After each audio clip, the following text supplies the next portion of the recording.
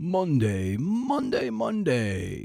Are you ready for some lectures? Monday, November 10th. If you're in Eugene, I'll be delivering a little lecture for the U of O History Pub to kick off the series this year. It's at 7 p.m. at World Pies, and it will include my world-famous annotated reading, among a couple other things. Come on down, get a slice of Zabra, and get fucking hammered as I talk about the front runner. Oh, it's going to be a banger. I don't think the U of O History Department knows what it might be getting into, what it might be doing to society by unleashing this Stay Puft Marshmallow Man on Eugene. P.S. Please hire me at your next engagement. What are you doing? Look at yourself.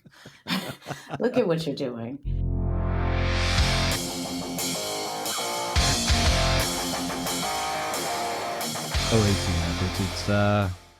We're just lobbing podcasts at you like water balloons. Here is episode 498 of the Creative Nonfiction Podcast, the show where I talk to tellers of true tales about the true tales they tell. Listen, we're all bad at math here, but we can all figure out that 498 is awfully damn close to 500, and I've got something pretty special planned for episode 500. That's a big one. Every 100 is a milestone of some kind, but 500 it's the biggest one to date. And it won't get any bigger than that until 1,000. And that's something like at least 5 years from now. Oh, wait, no. See, here's the bad at math part. That's like 10 years from now. Jesus. Ugh. So thanks for... And I will be 55 years old. Will the world even be around? I've got something pretty special. And thanks for being along for the ride. If you follow me on the gram, you already know what's coming, but only like 0.001% of people likely saw it. So it's going to be a surprise to a lot of you. That's going to drop CNF Friday, November 21st. But today we have the brilliant writer, the brilliant mind, Sasha Bonét, author of The Waterbearers, a memoir of mothers and daughters. It's published by Knopf. Can we do away with the K? Like we don't need to pronounce this. It's Knopf now. And quite honestly, there could be two silent letters in Knopf. There's a P in there. If we get rid of the K, get rid of the P, we'll just call him N-O-F and just call him Knopf. This book is a fucking masterpiece that chronicles the matriarchal lineage of Sasha's family and the pain and the struggle and the triumph of will, of the slow, methodical generational march forward and the residue of generational trauma, what we can outrun and what we can never outrun. Damn. It's something of a family epic that brought to mind 100 Years of Solitude to me in its scope, in its sweep. I don't know. Maybe I have no clue what the hell I'm talking about. Show notes to this episode, more at BrendanO'Mara.com. Hey, there. You can peruse for hot blogs and sign up for my two very important newsletters, the flagship Rage Against the Algorithm and Pitch Club. Welcome to pitchclub.substack.com. Also, if you care to support the podcast with a few dollar bills, visit patreon.com/CNFpod. And speaking of that, I want to thank a new patron. I believe I'm pronouncing it. It's either Stefan or Stefan Reese Williams for becoming a full-bodied CNFer. Welcome aboard, and thank you very much for the support. So Sasha is a writer, a critic, an editor, living in the socialist hellscape of New York City. Whoop, whoop. Her essays have appeared in the Paris Review, Aperture, New York Magazine, Vogue, and Bomb, among others. She earned an MFA from Columbia University, so she's wicked smart, and teaches nonfiction writing at Columbia's wicked smart School of the Arts and Barnard College. You can learn more about Sasha at sashabonét.com and follow her on the Instagrams at sasha.bonét. This is a rich conversation about community, the in-between place, not holding back, her influences, her writing practice, and how jazz informs her writing. She's also good friends with Gira Asim, who appeared on these podcast airwaves way back on episode 256. So, parting shot on the power of spec writing, but for now, it's high time we hear from the wonderful, the one, and the only Sasha Bonét riff.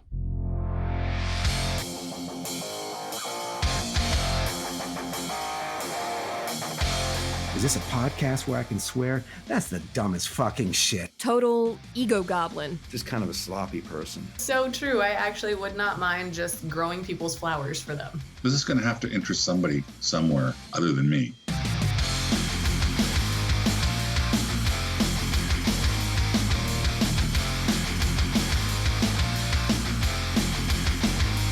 Writing is such a kind of an act that you're doing mostly alone and, with a few other people. So it's a little strange to now be talking with so many people all the time. But I've been enjoying it. I think it's been really rewarding to be on the tour and get to talk to the people who've read the book, and they get to share, I think what's been most rewarding is seeing what stands out to certain people, which parts of the book people connect to, and that's been exciting. Yeah, isn't that wild how, maybe there are certain intentions you have in writing the thing and things that stand out to you more directly, but as you give it away, you're echoing that sentiment that other people might like really lock into a certain thing. Like, wow, geez, that might have been an afterthought for me as the writer, but like to that particular reader, like that is the thing that they really latch on to. It kind of tells you a little bit about the person, what their interests are. And also, it's nice to hear when the parts that I loved writing stands out to someone, the parts that I felt like really good about, really proud of, which usually actually aren't the parts that people call out. It's all good. Sometimes it's parts that I felt like really insecure about or felt like I could have worked on longer that people enjoyed. And so that's rewarding. So how have you just with this book and the Waterbearers just started to, just how are you thinking about it and embracing, the public facing part of what you have to do now? I agree. That part is hard. I have to say it's my first book, so I didn't really understand entirely what my role would be in the kind of promotional part. I thought that, the publisher would handle that, the publicist, the marketing team.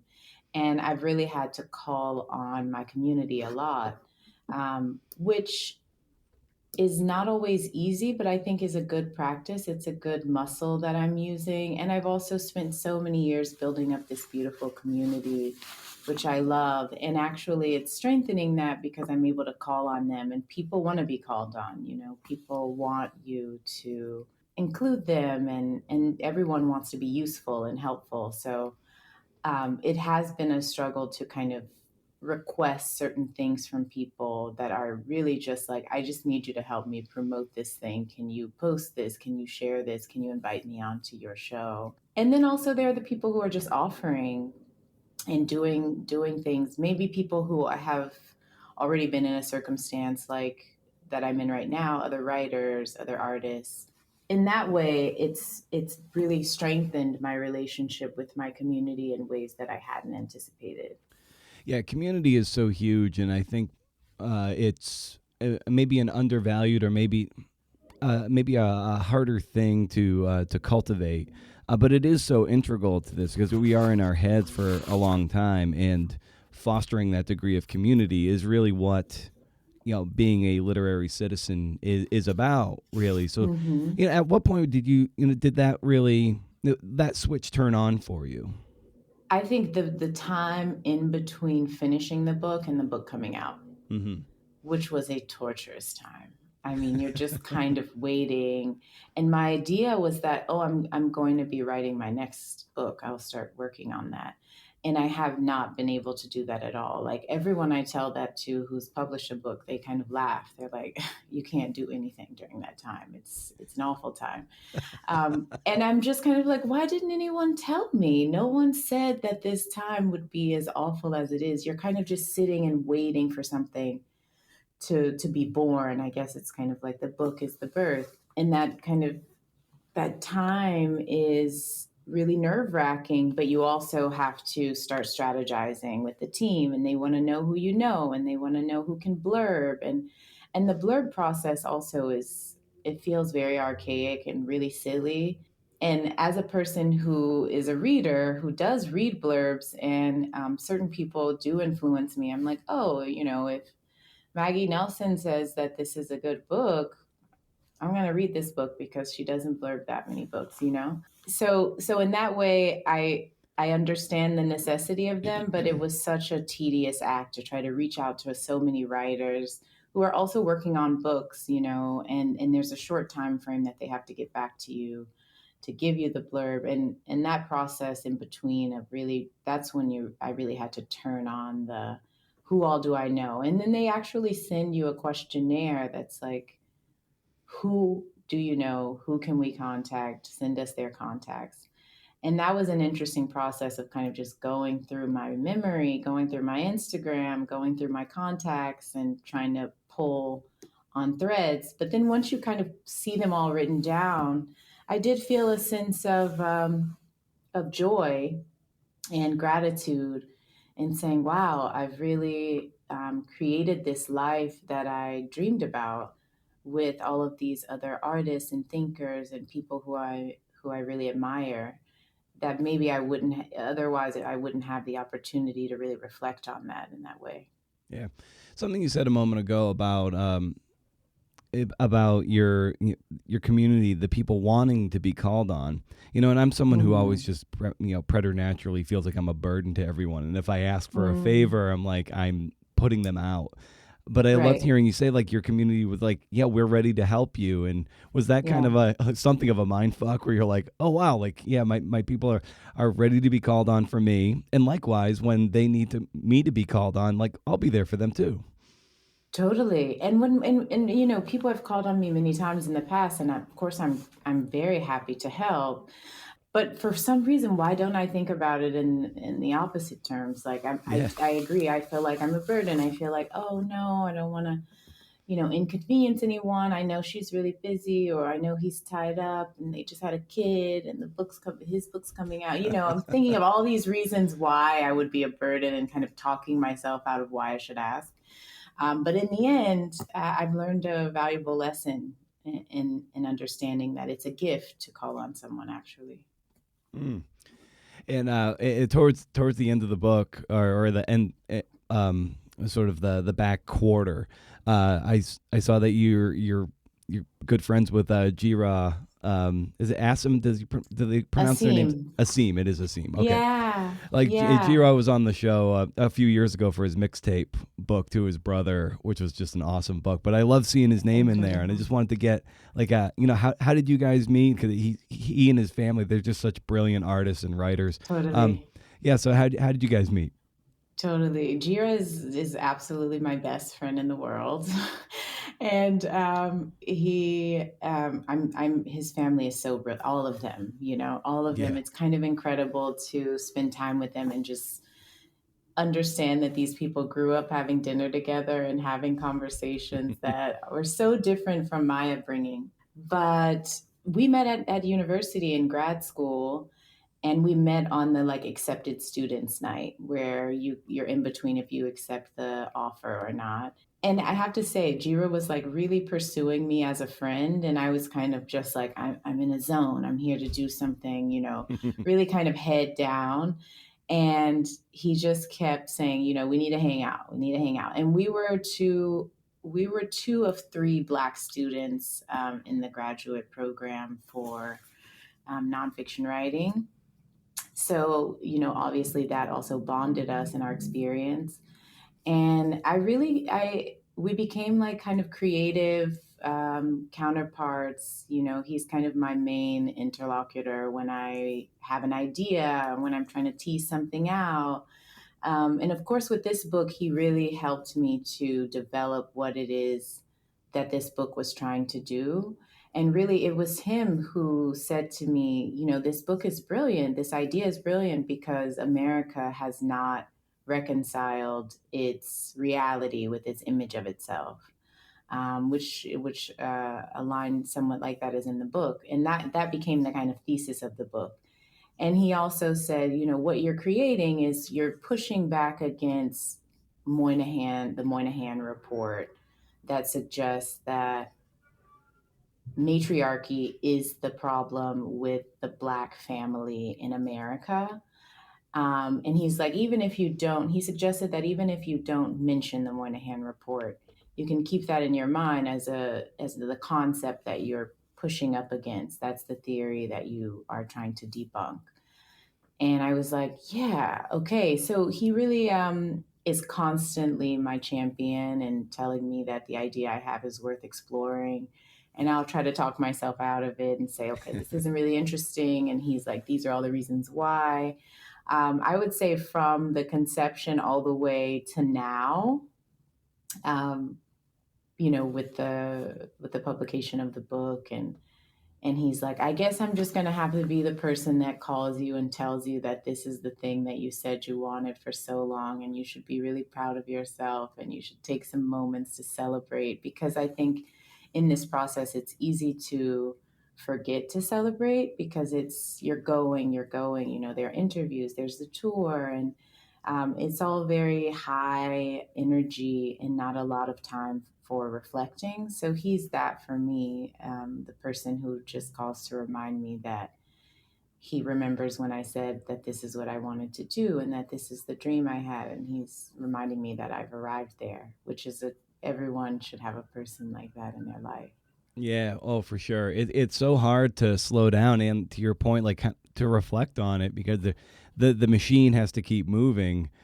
Right. But you have to remind yourself, like, my God, like what you pour into these projects and then to see it actually come to bear is we so rarely, take a moment or days or weeks to even like pat ourselves on the back for having finished these things. And then it's on to the next thing. And then the ocean washes away those footprints and suddenly there's like, all right, well, got to start over. But you never took the time to like enjoy it.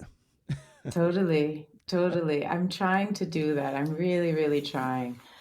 And even with getting reviews, I'll find like that one line that it's like a great review. And I'm like, but why did she say that? Like, and it's like, I have to do that thing. So I'm working on that. I'm working on trying to have more gratitude for the whole process. Overall, it's incredible and I'm learning so much and it's really exciting. But I am constantly thinking about my next project, I have to say. Oh yeah, for sure. Because you want to like take the burning embers of the previous one and try to light the next one as fast as possible, right? Just keep that momentum going. Exactly. That's perfect. That's a perfect metaphor. And I love getting a sense of the practice that we put into place so we can get work done amidst our various responsibilities. And just for you, Sasha, like, what is your typical, practice on a given day or a week when you're, looking to get stuff done? Yeah, my writing practice is pretty strict as far as like I do kind of the same thing, which is just waking up really early, 4 a.m. I have my coffee and all of that. I go to my altar. I do my little meditation. And then my meditation is really kind of a calling on, people who have passed, people who support me, and just kind of spiritually opening myself up to be guided and opening myself up to my own subconscious and trying to have the courage to access that. So I do like a little meditation that's basically like, show me the way and I will go, I will be brave, I will have courage, I can do this, essentially. Mm-hmm. And then I get to work. But that's like the actual writing process. But of course, so much is happening before I sit down to write, which is this kind of turning ideas over and really talking to a lot of people. I think before I'm sitting down to write, I'm talking about these ideas and kind of trying to work them out and tease them out. And Jira is a person that I do that with a lot. And other friends is just, these conversations we have, trying to poke holes in each other's ideas and like help them grow and help find what's not working. So all of those things, I think the talking process is really helpful before I sit down to write. But then once I sit down to write, I'm able to access that zone pretty much whenever I need to if I go through my ritual.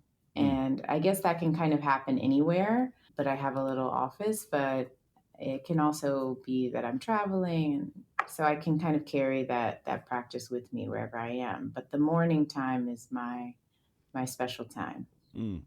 And given that we're so bombarded with various stimuli coming at us from any number of directions, physical or digital or whatever, how do you sort of honor your attention so you get the most out of these sessions on a given day? I mean, I have to not have my phone because it is like the biggest distraction for all of us, but especially for a writer. I mean, there are a million things that I could do other than writing. Everything starts to take precedence: the dishes, the laundry, everything's like it has to be done to talk myself out of writing. But yeah, I put these locks on my phone, and then I write without the internet. So I just try to restrict myself as much as I can, and I have to put all these like reinforcement locks, like it's not just one lock, it's like double locked, so that it takes a long time to access it, so that at least at some point when I'm trying to get to my phone, between all of the locks, something will trigger in my mind that says, what are you doing? Look at yourself. Look at what you're doing. You're going through all of this for what? What are you even trying to do? Yeah. And usually I'm not doing anything. Like I'm just trying to distract myself. Oh my gosh, that's so true. Like putting friction between and distance between like us and the supercomputer in our hands. It's like it upsets me that we even have to play these games with ourselves. It's so embarrassing. It's embarrassing. It's like you're a grown adult, have some discipline, put it down. It's ridiculous, but and what's interesting is this process that I'm in now, which is the kind of promotional time, is all about the phone. I'm on my phone nonstop. I'm checking, I'm emailing, I'm messaging, I'm on my Instagram, like trying to be a social media person, which is not natural to me. I don't know, the marketing team at the publisher, they have to try to help me and send me things that I can post because I have no mind for that. I don't have that kind of intelligence, which some people have it really naturally and some people cultivate it. But I really struggle with knowing how to have a presence online. But that helps me when I'm writing because I'm like, I don't need to post anything or share anything. But in this process, I feel like, I wish I had more of a social media presence right now, or I wish I knew how to navigate social media better, more effectively. So it's interesting that these two different parts have to operate separately. And I'd like to try to find a way to strike a balance there. In reading The Waterbearers, I was just so struck by your voice and style and how really your sentences really just they snap, crackle, and pop throughout the whole thing, and it just makes it a very just a stimulating reading experience on top of just what you're writing about. And who might you identify as some of the influences that went into the soup that would become something that's uniquely Sasha Bonét? All of the things, I feel like there's so many things that I read that kind of led me here. Mm-hmm. But I would say I have this desire to write as a novelist might write, but to write nonfiction. That feels to me like the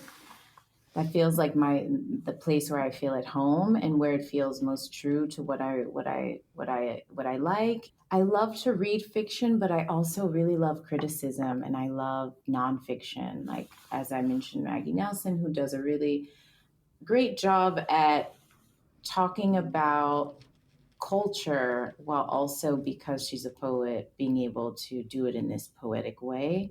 I love that style. Also, Hilton Als also does that.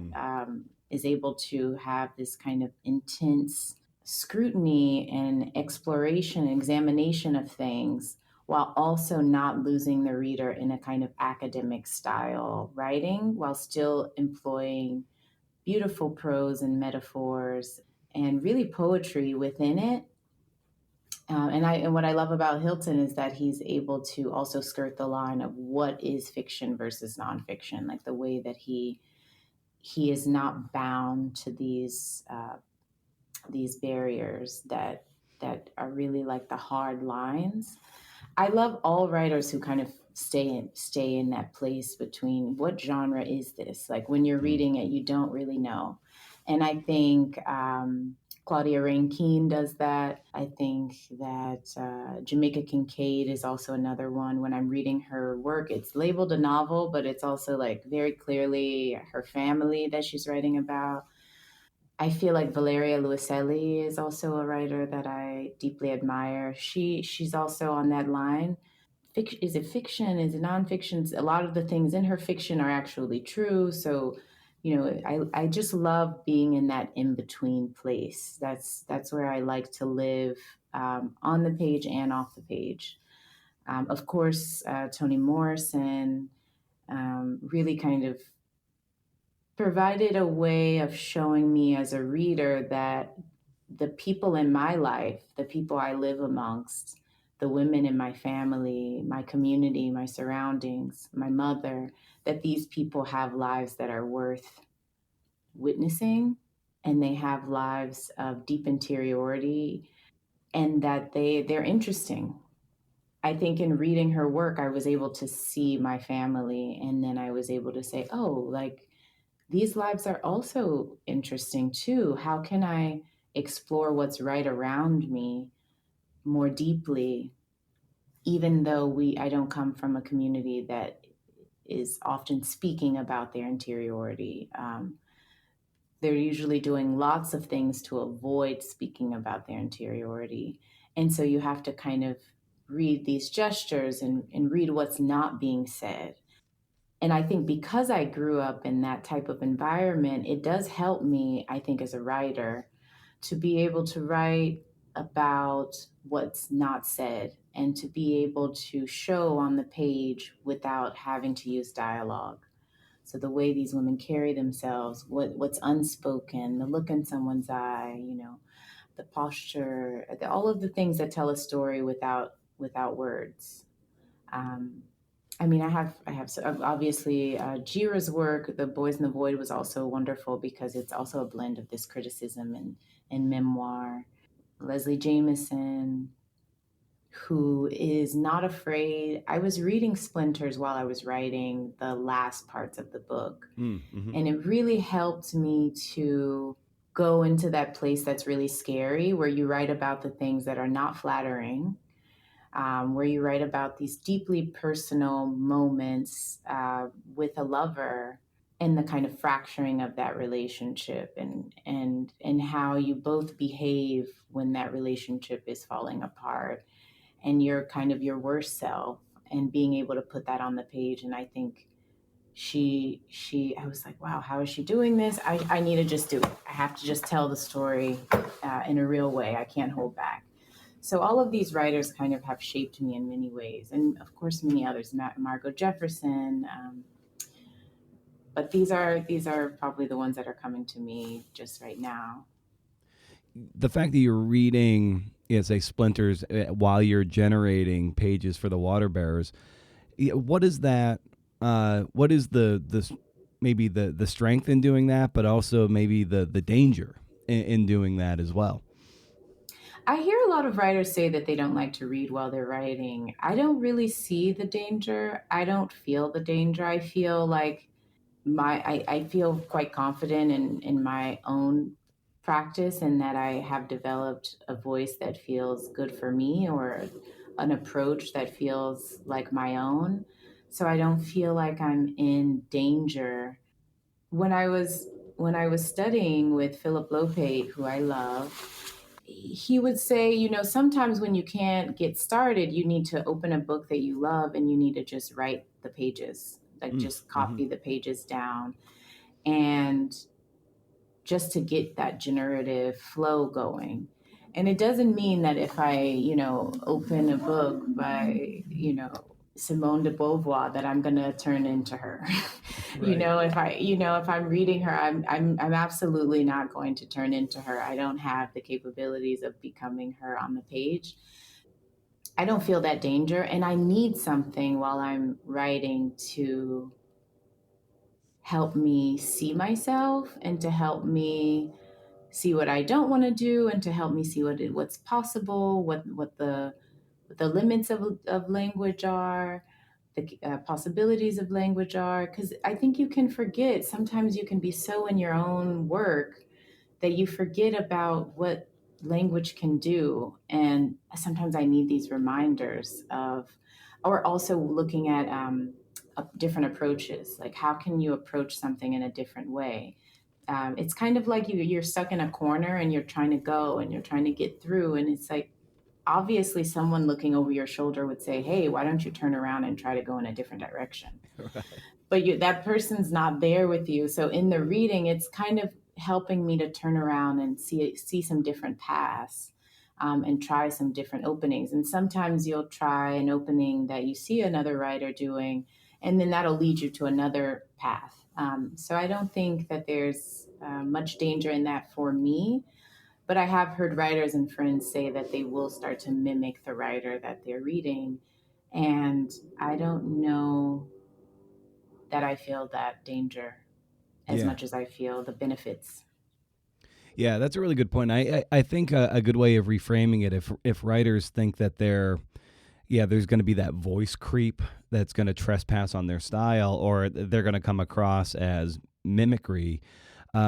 I think musicians all the time will be like, if they're a bit stuck, they're just going to pull down a record that inspires them and just get that music into their brain. Be like, oh, okay, this is going to push me and my style into the direction I need to go. I'm not going to copy that band, but they've inspired me. They informed me, and that's going to push me into maybe the direction we need to go. And Right. like you said, the different paths. Like, the paths are there. You just need to be pointed there, and that's a great way to orient yourself. Yeah. I'm glad you brought up music, because music is also really helpful to my practice. I feel like it informs my work. Visual art also really informs my work. So I'm seeing a lot of art while I'm working, because that also kind of opens up my mind and my heart. And also music, especially jazz. Jazz just feels like, to me, it's what I want to do on the page. Jazz it's taking from all of these different forms and all of these different ways. It's breaking rules that exist, and it's like this kind of like a collage, and I see the work kind of like that, like a collage or like jazz. And so that really helps me to also kind of open up the possibilities. So music and visual art are just as important to me as reading while I'm working. Well, there is with the Waterbearers even a collage-y kind of element to it, even though there's a linearity, coming from Betty Jean right through basically your daughter, and then even the book ends with a little collage that you made. And so, like, how are you thinking of almost like a structured collage, if you will, if that makes any sense? Because there is order to it, but there is also patchwork. Yeah, I do. When I was having my talk with Doreen St. Felix at the Strand, which was like the launch, she said something that I hadn't thought of, but she said that she felt like the book read like a shoreline, and that there's like the water approaches and then it recedes. And so even though it is linear in that the three sections, it's still going forward and backward in time, and that she felt like the book itself mimicked the flow of water and the ways that it moves forward and retreats. And I was like, oh, that's brilliant. Like, I love that. I didn't think about it in that way, but I do think that that's kind of what's happening. And I do think that the jazz is such a great embodiment of the Black experience in the Americas.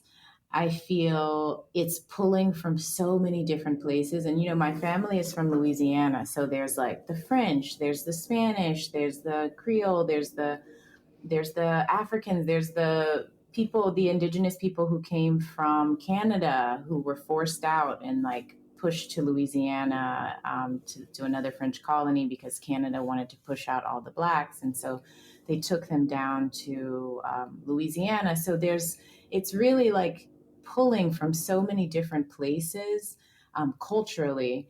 And I think that is the embodiment of the Black experience, including like the Irish and of course the English. There's like all of these different things happening that are impacting the culture that exists in America, and specifically for the Black experience, because we're all kind of like really mixed up.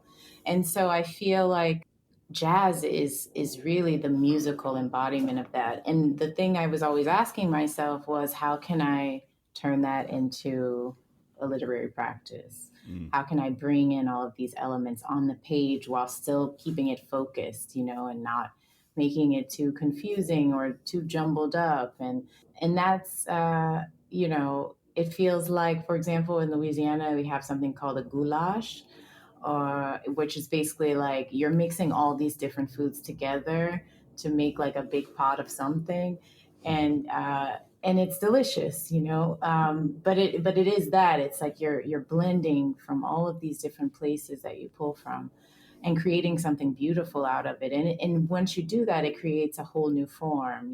Jazz is like this mix of so many things, but then it becomes like this very American art form that feels really representative of the American experience, because that's what we are. We're just a mix of so many different things. And that's what I wanted the book to reflect, which is really ambitious, especially for a first book. But that was what was in my mind all the time, is trying to show how something can be created from all of these little parts. Yeah. And later in the book, you write, page 238 on my galley, you write, when I began writing this book, I knew I wanted to write about Black womanhood, but I kept being pulled back to motherhood, and I couldn't understand why. And I think I just want you to kind of run with that and why it was that you were pulled back to motherhood, and maybe you've come to a satisfactory answer at this point. Well, the research was pulling me there. Mm-hmm. So I was reading, and I'm trying to pull, oral histories and pulling things from the past and trying to understand the kind of origin of Black women's relationship to each other and to this country. And that's when I kept seeing that the role of Black women was always motherhood in this country, which is where this kind of concept of race was made and born, this concept that, I feel is very much not real. I don't believe that race is real, but I do believe that the culture that was built around this mythology is what I was trying to explore. So these women were, what was interesting to me, one of the main things I found that was interesting is that there were so many Black people who were born here in the US, which is different from, for example, Brazil or from the Caribbean, where so many enslaved people were taken there. In the US, there weren't actually that many ships that came directly to the US. Many Black people were born here and kind of bred here, and how the US really made a kind of industry here of procreation. So these women were giving birth to, 20 children more, and they're starting as soon as they begin menstruating, 12, 14, and they're giving birth their entire lives. And they're giving birth, but they're still working physically. And then the grandmothers are the ones who are raising the children. And these women that are giving birth are also raising the children of the plantation, the white children of the plantation. They're suckling them, they're raising these people. So they're not just mothers to Black children, they're mothers to the white children. And so in that way, I was like, oh, these women are this is what they were meant to be in the creation of the empire. This was always their role. And that hasn't stopped today in how we think about Black women. Even for myself, I was like, I was so resistant to it because I was like, I'm so tired of that narrative. But I didn't understand where the narrative began. I just knew that I didn't want to write something that was like stereotypical. But I needed to understand where this stereotype began and why this kind of mammy figure even exists. And that was really kind of where things opened up and where I was like, oh, this is the book. This is what I'm trying to get at. Like, I have to write about motherhood. And then, of course, as I continued and applied what I was finding through the research to my own family, I was able to understand us better, myself, and also these women, my aunts, my mother, my grandmother. Yeah, at one point you're right, just echoing a lot of the sentiment. You said like the most precious and valuable tool of the empire was the womb of the black woman. In order for America to reconcile its reality with its image of itself, it has to reckon with this history first. And it's just one of those real sobering insights to really have to face that and to hear you articulate it. You're like, damn, that is something that this current administration would like us to very much erase and turn away from. But I love that your book makes us look at that and metabolize it in a way and really stare it down and be stared down by it, really. Yeah, totally. I think we're in a place of that kind of erasure, but it's very historically American anyway. In the research and trying to find information, so much of it have been erased and lost, and so it's what this administration is doing is kind of a calling back to the past. Yeah. Even later in the book, there's another thing I said. You're like, American cis, forget where you come from, forget your languages, forget your rituals, I believe, religions, homelands, but the past is all I can think about these days. I learned to mother through remembering. And I just remember like that was just like one of those slam dunk sentences. Like, I learned to mother through remembering. I was like, that is just electric there. Thank you so much. Yeah, that was a quote from Eduardo Galeano, who is really kind of helped me to unearth what it is that this, he's from South America, but still it's the same kind of concept, but a brilliant thinker, and really all of his work is getting at these ideas. And I think there was someone, I can't remember which president, when Barack Obama went to South America, one of the presidents gave him a copy of Eduardo Galeano's book, where he has this line and says, if you really want to understand South America, you need to read this book. And I think it applies to all the Americas. This idea of forgetting, it's a collective forgetting. It's how we built our nations, and how we built this kind of pride is in forgetting. You come here, you forget everything, and you become American.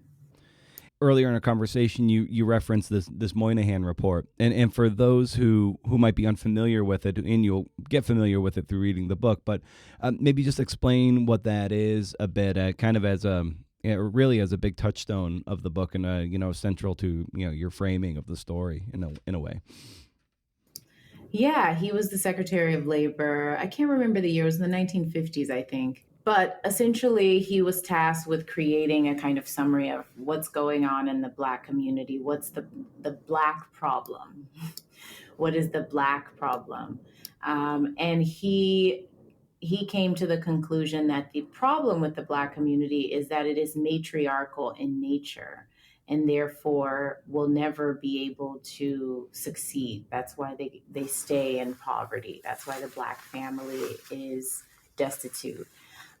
There is no redemption for the for the Black family as long as they are matriarchal.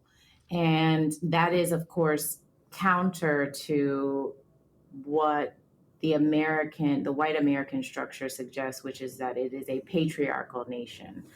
And in that way, I'm thinking, of course, when I'm reading the report, so there's no mention of enslaved labor being the descendants of enslaved labor. There's no mention of the education in Black communities, the lack of funding for the education in Black communities. There's no mention of mass incarceration. I mean, none of this is mentioned. It's like, it's because the women are leading the families. families, which is just absurd, of course. But what the report also doesn't include is that why are these families inherently matriarchal? And a lot of that, of course, comes from the origins that we spoke about already. And I think there is this impulse to say, like, I'm so tired of talking about slavery. Like, that was so long ago.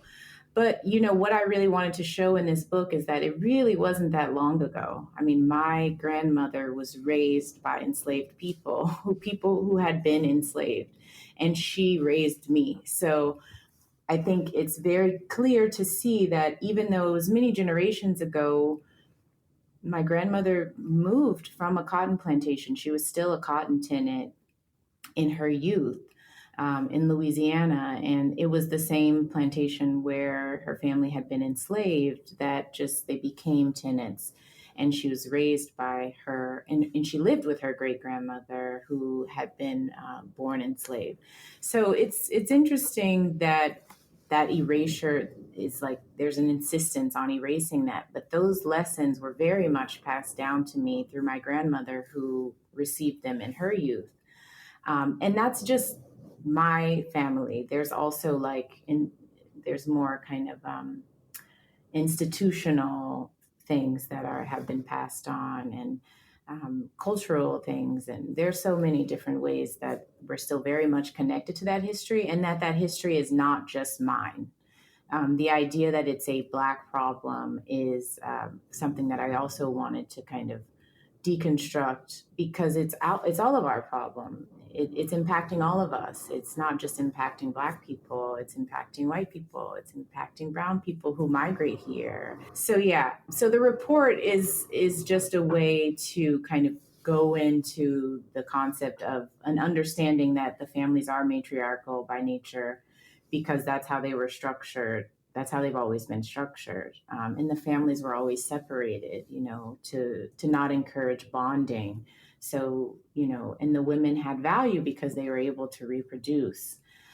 So it's a dark history that I think we have to acknowledge in order to move forward. And I guess that's what the book is doing. It's like, look back and look forward and see how these histories are connected to our everyday experience today.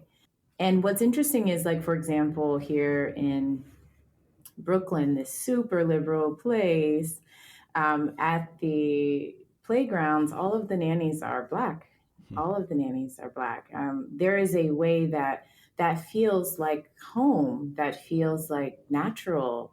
These women have children. There are so many people here from all over the world. Why not a Polish nanny? Why not, why do you feel so drawn to that?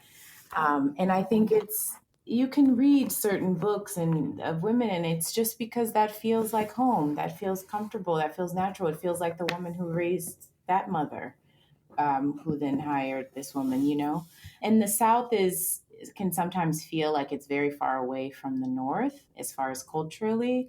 But I also wanted to kind of explore that in the book, that the South is where the heartbeat of America is, as far as if you want to really see the truth, because it's less concealed.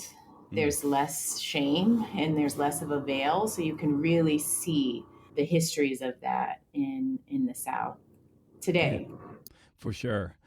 I'd love for you to describe the generational evolution of motherhood in your family, from your grandmother, to your mom and to yourself. And it's how you beautifully illustrate it in your book. But I'd love to hear you just talk about that evolution from Betty Jean to, basically to you.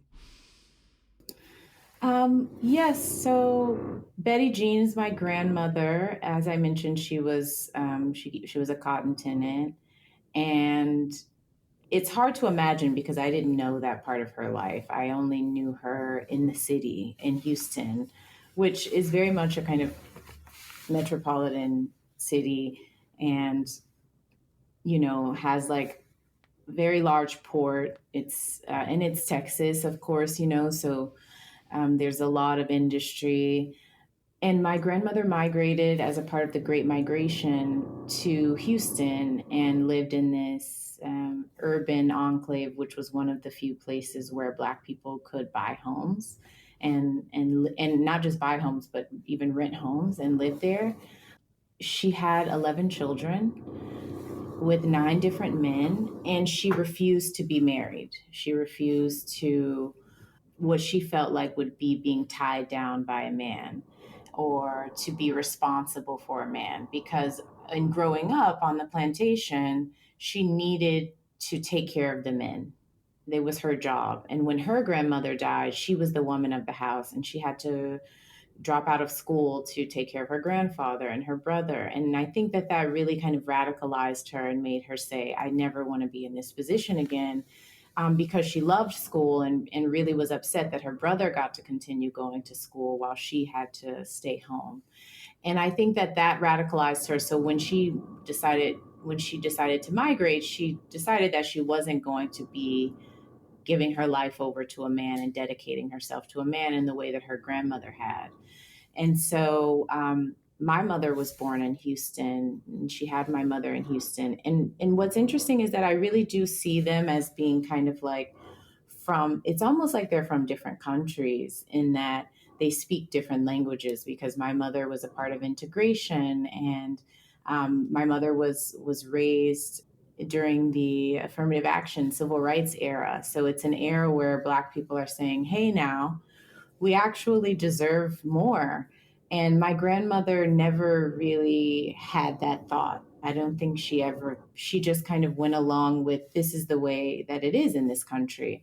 And then so my mother's faced with this idea of, my mother tells this story, and this isn't in the book, where she was going to buy her first car, and she brought her mother with her.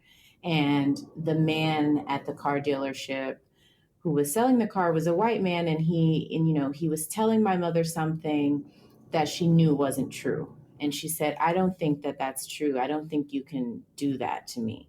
And my grandmother shushed her and was like, that man knows what he's talking about. Mm. And my mother being so upset because she felt like, why? Because he's a white man, he knows what he's talking about? Like he actually doesn't. And so there's this way that my mom is kind of pushing back against the idea that whiteness is right and whiteness is the authority. And my grandmother kind of trying to shush her also, because she knows there are consequences of pushing back against white men in a way that my mother doesn't have the context for. Like, my grandmother has seen people being lynched, and she has seen her family members having to flee the neighborhood or the town in Bossier Parish where she's from, in Elm Grove, because of the threat of white men. So my grandmother has a different context, and my mother's like, no, actually, I deserve this. I can fight for this. So there was this constant conflict, which made my mother feel betrayed, and it made my mother feel like her mother didn't support her, which they just had different ideas about that. And so my mother raised me in that way of saying, anything you want, you can have. Don't feel like because you're Black that you can't go after something. Don't feel like because you're Black that white people are always right. You can also learn, and you can also, pursue whatever you want, but you have to work really hard for it. And you will be kicked and knocked down a lot along the way. And because of her own experiences, there's a chapter in the book called Railroads where I talk about her experience with affirmative action. And even in the 70s, there were still like separate colored bathrooms and water fountains that she had to deal with at work. And so she raised me in a completely different way. She raised me in an all-white suburb quite far outside the city, and wanted me to learn how to have white speak, how to know how to navigate that, because she struggled so much during integration with that experience. And but there were so many things that come along with that she couldn't have known about, that she couldn't have anticipated. In the same way that I feel like a lot of my first generation friends, when they tell me stories, it sounds like my mother, and she's from the US. So it's interesting because there's this kind of immigrant mentality that my mother has, and the way she raised us, and that like you have to do your best, you have to make all A's. Like I didn't fight to get you here so that you can be mediocre. It's like there's no the expectation is that you work hard and you become the best, and that the idea of fairness and is not real to her. She's like some of my friends would say, oh, that's not fair, and she's like, fairness doesn't mean anything. Like, what is fairness? Like, don't even say that word. Essentially, she's like, you're gonna have to fight. And she really kind of raised us as these real, like the idea of fighting, it's like when you leave your house you're fighting, and it's this idea of constantly being in conflict and being able to have an armor to protect yourself. And I think she wanted to help us build up an armor, but in that way, there was a lot of harm in that, in trying to help us build that armor. There was a lot of harm in the building of those scabs.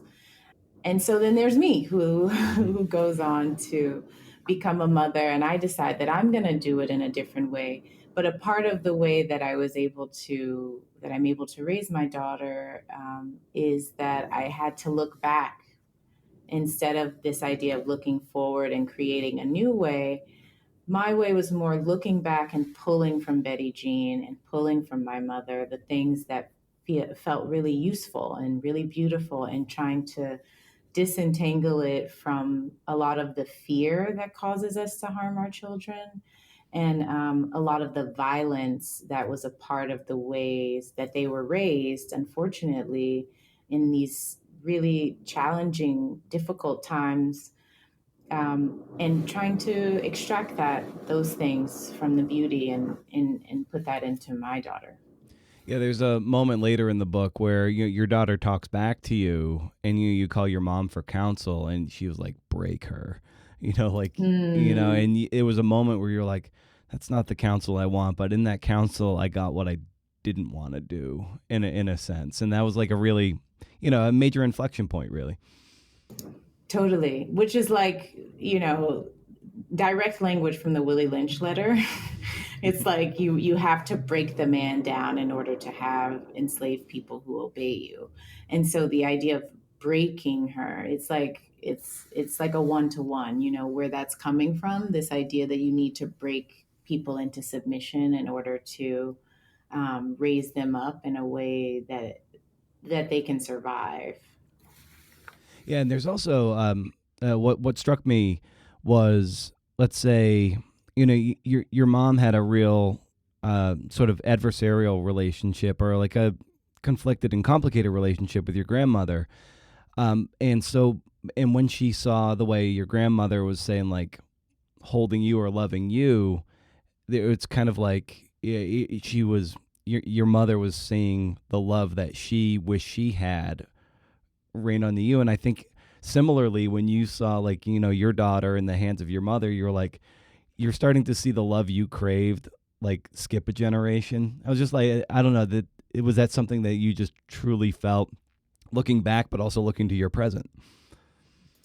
Yes, totally. It's still very complicated. It hasn't. I see a certain level of patience that my mother is able to have with my daughter that she still is unable to have with me. And I think that there's something about when a relationship has already kind of established its grooves, that it's harder to undo them than to start a new relationship.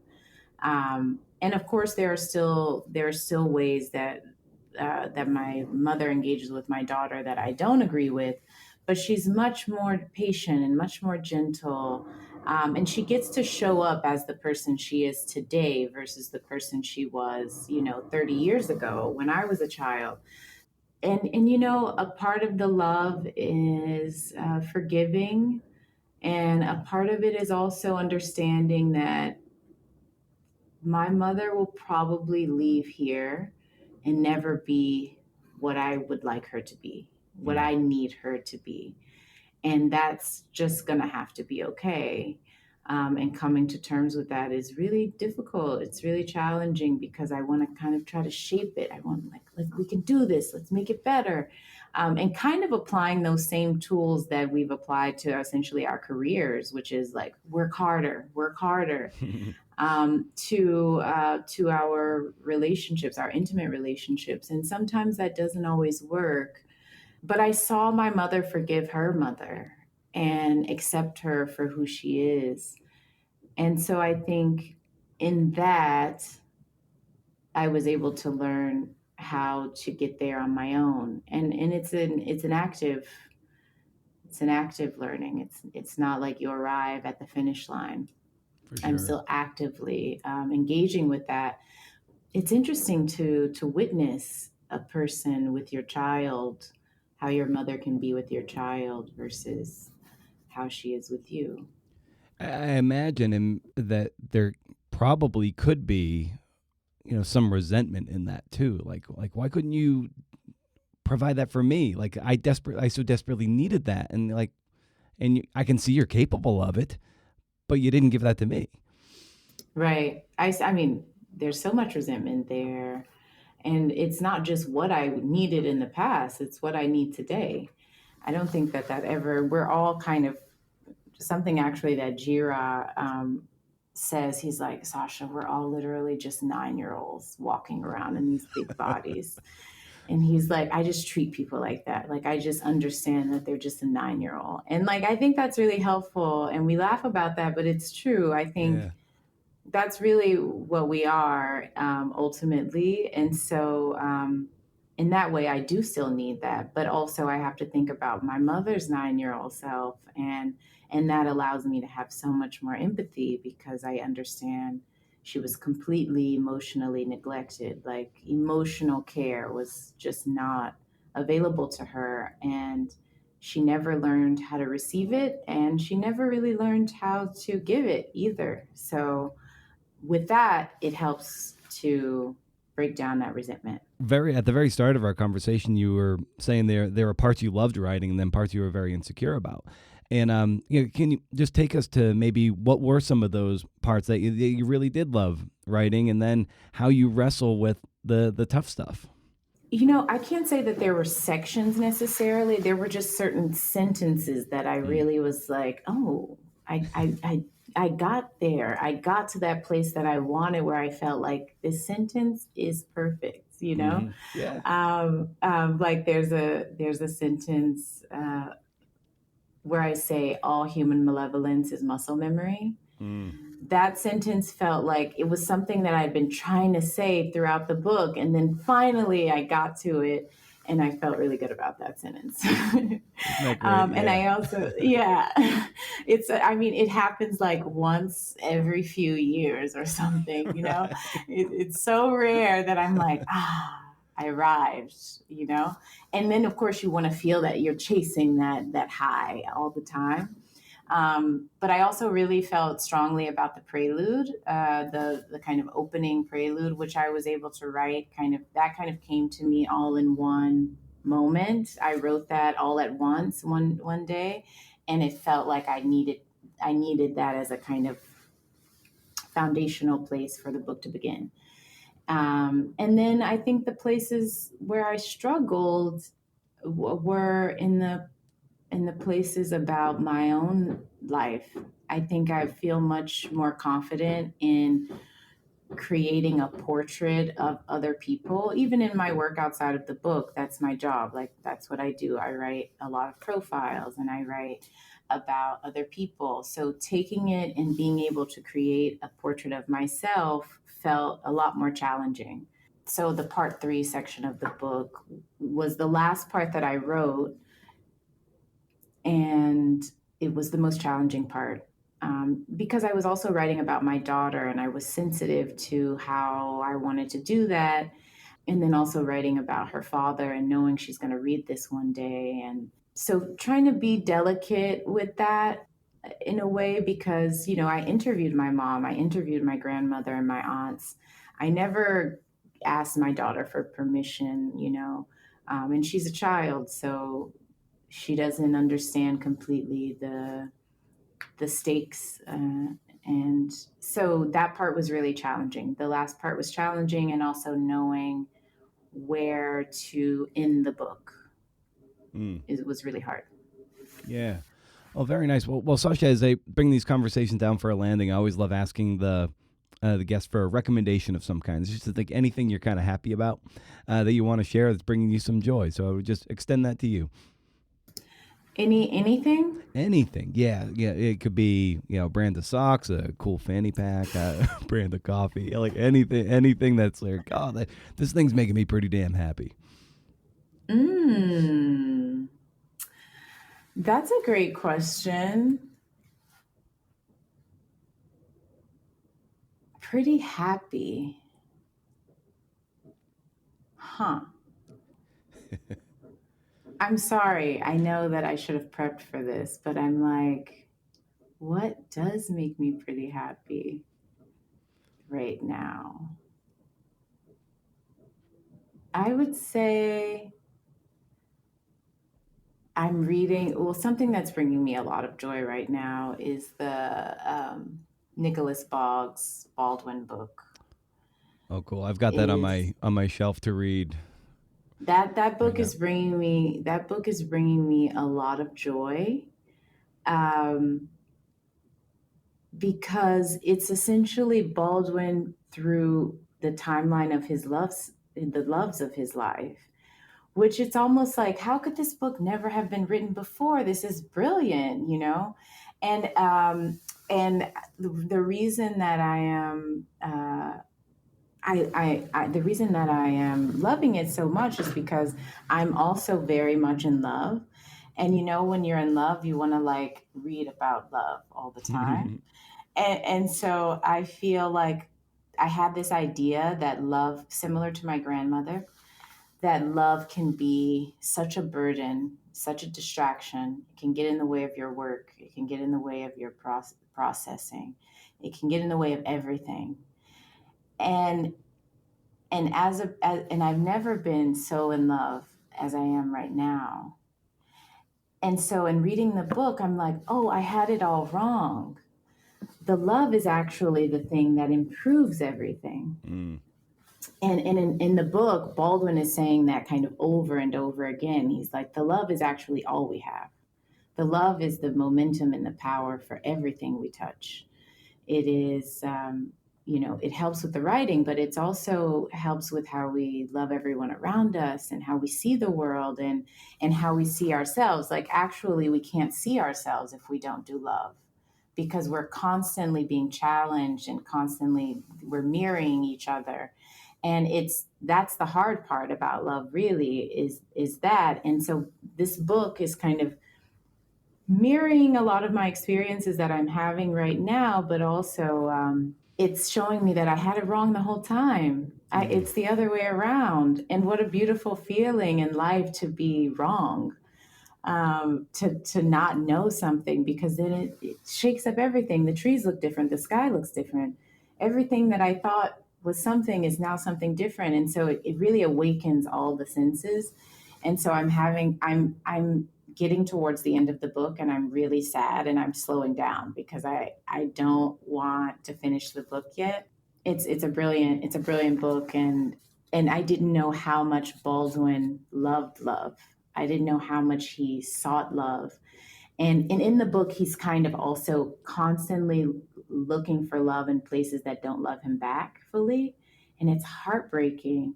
But then in my instance, I'm like, wow, I'm so blessed that I'm able to experience this love that loves me back in my lifetime, because you see that sometimes people are trying and they never get there. And so in that way, that's bringing me so much joy. Oh, fantastic. Well, Sasha, The Waterbearers is a masterpiece. It's such a brilliant book, and I'm so glad that we got to have a conversation about it and how you go about the work. And I look forward to more conversations like this in the future as your work comes out in the years ahead. So just thank you so much for carving out the time, and thank you so much for the work you've brought to the world.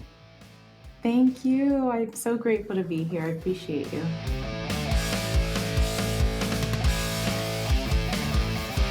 Yes. Awesome. Thanks to Sasha for coming on the show. That was very fun. I like that. That was good. That was great. And thank you for listening this far, CNFers. Be sure you're following and are subscribed to the show wherever you dig your podcasts. And you can follow on Instagram at Creative Nonfiction Podcast. And there you can also maybe think about the newsletters, the Rage Against the Algorithm, and Pitch Club. Welcome to pitchclub.substack.com. And don't forget to possibly attend my History Pub talk on Monday, November 10th. If not then, I'll be doing something similar but a little different at Hodgepodge Books, also in Eugene, on Thursday, December 4th. Both are at 7 p.m. And then I'm done. I'm done in 2025. Understood?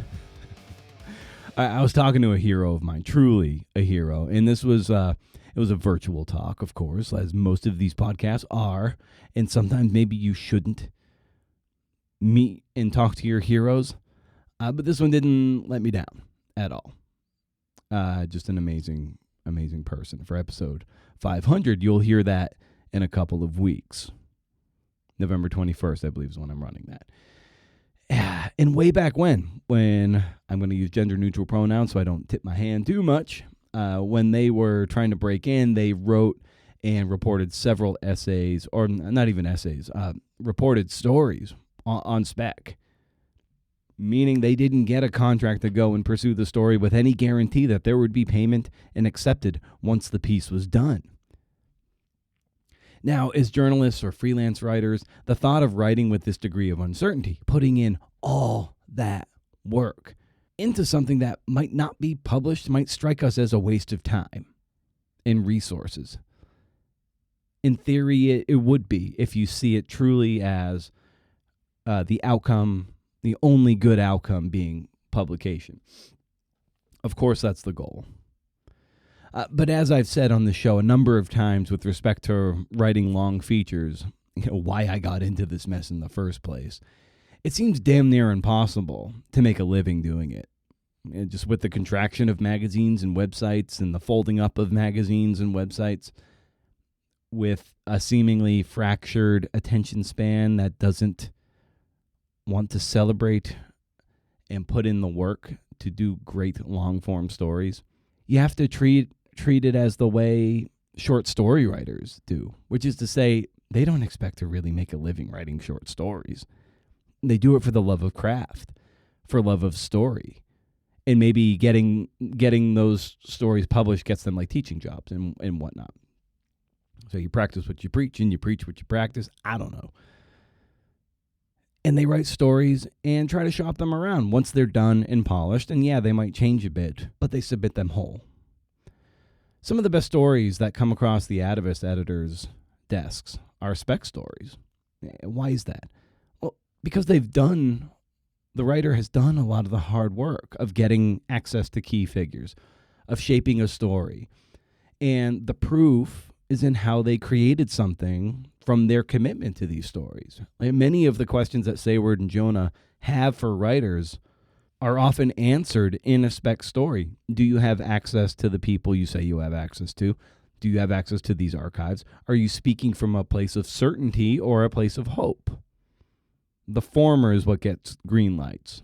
This is especially the case for those who might not have a great big body of work, or if you really want to break into a specific publication, it might behoove you to do the spec work.